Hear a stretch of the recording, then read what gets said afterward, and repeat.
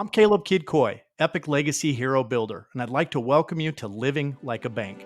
Along with myself, you'll hear from other successful experts and people who are busy serving and empowering many lives. You'll see how we're showing others to become debt-free in record time as they build economic discipline while generating a bulletproof family legacy revenue stream together. We'll learn how to live and operate just like the banks do. Today, I'm speaking with David Weiner, founder of Global Renaissance and author of Banking Like a Bank. Let's get right into that conversation. Dave, what was it that banks did to position themselves to be able to legally loan out so much of their depositors' money for profit? And you're saying essentially they're in collusion with the federal government. Is that accurate? The government had to do what they needed to do to make sure that banks were able to survive just about any economic storm. Do you realize that our government 15 years ago basically wrote a blank check for $1 trillion and told banks that they had to take it from the government as a side partner, and told them basically to lend it out so that the economy did not stop? Hank Paulson, that used to run Goldman Sachs, that became the Treasury Secretary under then President Bush,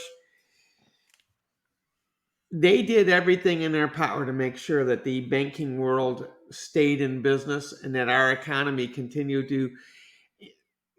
to basically stay functioning. And there was a moment in the winter of 2008 where we were one weekend away from going back to the Stone Age.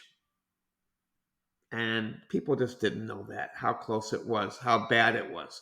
And again, it was because of years and years and years of intervention by the federal government to make sure banks did not collapse. And in fact, banks made so much profit.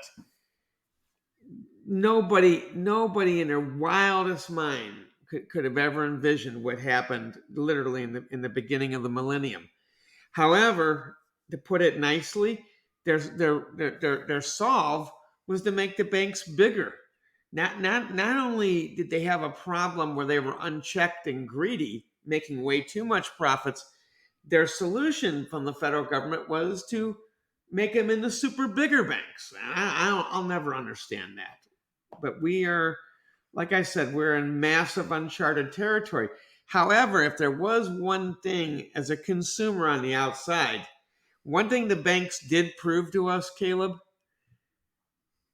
there is more profit in lending money than ever investing or saving. And that has been proven for over a century.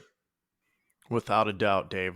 I'd like to thank you for taking the time to be here with us today and answer these questions. I know that people are going to go away with just an ease of mind and hoping essentially that the burden maybe that they've carried is now a realization that that debt can become their greatest future legacy asset.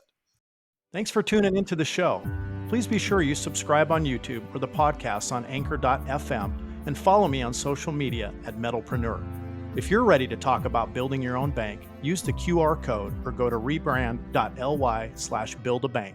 Be sure and join us for the next broadcast as together we learn to live and operate just like the banks do.